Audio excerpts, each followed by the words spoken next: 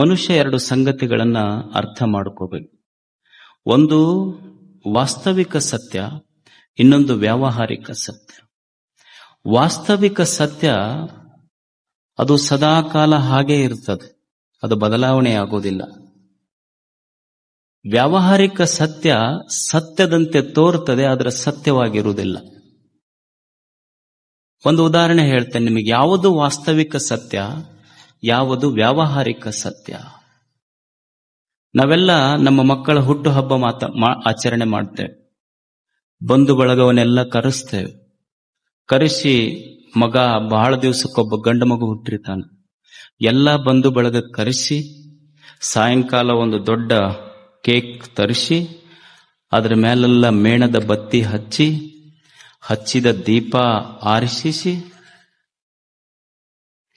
Happy birthday to you, long live my son, ನೀನು ಬಹಳ ಕಾಲ ಬದುಕು ಅಂತ ನಾವೆಲ್ಲ ಚಪ್ಪಾಳೆ ತಟ್ತೇವೆ. ನನ್ನ ಮಗ 1 ವರ್ಷ ದೊಡ್ಡವ ಆದ ಅನ್ನೋದು ವ್ಯಾವಹಾರಿಕ ಸತ್ಯ, ಆದ್ರೆ ನನ್ನ ಮಗನಿಗೆ 1 ವರ್ಷ ಸಾವು ಸಮೀಪ ಆತ ಅನ್ನೋದು ವಾಸ್ತವಿಕ ಸತ್ಯ. ಇದು ಅರ್ಥ ಮಾಡ್ಕೋಬೇಕು ಮನುಷ್ಯ. ಒಬ್ಬ ಶ್ರೀಮಂತ ಇರ್ತಾನೆ.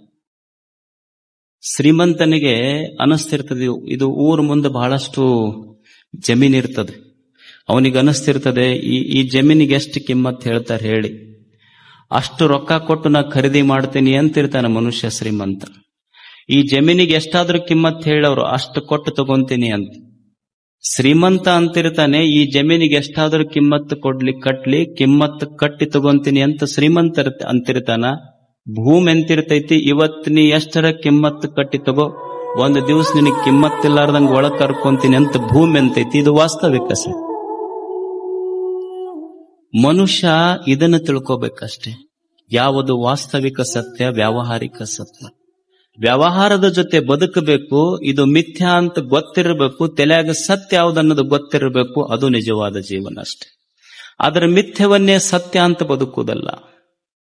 ನೀ ಎಷ್ಟ ಶ್ರೀಮಂತಿರು, ಭೂಮಿ ಏನಂತೈತಿ ನಿನಗೆ ಬ್ಯಾರೆ ಅಂತಿಲ್ಲ. ಈ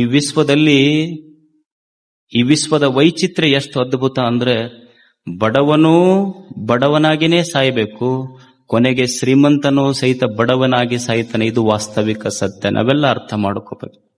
ಯಾವ ಶ್ರೀಮಂತನೂ ಶ್ರೀಮಂತನಾಗಿ ಸತ್ತಿಲ್ಲ, ಶ್ರೀಮಂತನೂ ಶ್ರೀಮಂತನಾಗಿ ಬಡವನಾಗಿಯೇ ಸತ್ತಾನೆ. ಬರುವಾಗನೂ ಖಾಲಿ ಕೈಯಿಂದ, ಹೋಗುವಾಗನೂ ಖಾಲಿ ಕೈಯಿಂದ. ಬರುವಾಗಲೂ ಶೂನ್ಯ, ಹೋಗುವಾಗಲೂ ಶೂನ್ಯ, ನಡುವೆ ಅಷ್ಟೇ ಸಂಪಾದನೆ. ಜೀವನಂದ್ರೆ ಕೇವಲ ಶೂನ್ಯ ಸಂಪಾದನೆ ಅಷ್ಟೇ, ಏನೂ ಇಲ್ಲ.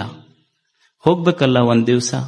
ಅದಕ್ಕೆ ಈ ತೋರುವ ಜಗತ್ಯಾವುದು, ಇರುವ ಸತ್ಯ ಯಾವುದು, ಯಾವುದು ವ್ಯಾವಹಾರಿಕ ಜಗತ್ತು, ಯಾವುದು ವಾಸ್ತವಿಕ ಜಗತ್ತು.